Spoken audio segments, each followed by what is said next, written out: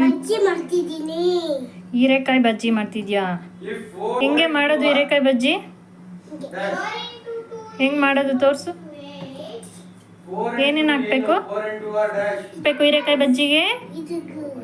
ಹೀರೆಕಾಯಿ, ಆಮೇಲೆ ಇನ್ನೇನು ಹಾಕ್ಬೇಕು? ಆಮೇಲೆ ಏನು ಮಾಡ್ಬೇಕು ಅದನ್ನ?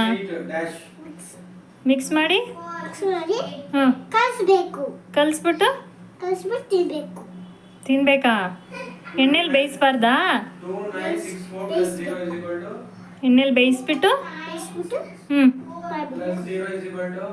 ಹ್ಞೂ ಆಯ್ತಾ? ರೆಡಿ ಆಯ್ತಾ? ತಿನ್ನೋಣ ಇವಾಗ? ಹಂಗೆ ಹಸಿ ತಿನ್ನೋಕ್ಕಾಗುತ್ತಾ? ಬೇಯಿಸ್ಬೇಕಲ್ವಾ? ಹಾಂ ಬೇಯಿಸೋಣ ಇವಾಗ. ಇಲ್ಲಿ ನೋಡಿಲಿ, ನೋಡಿಲಿ.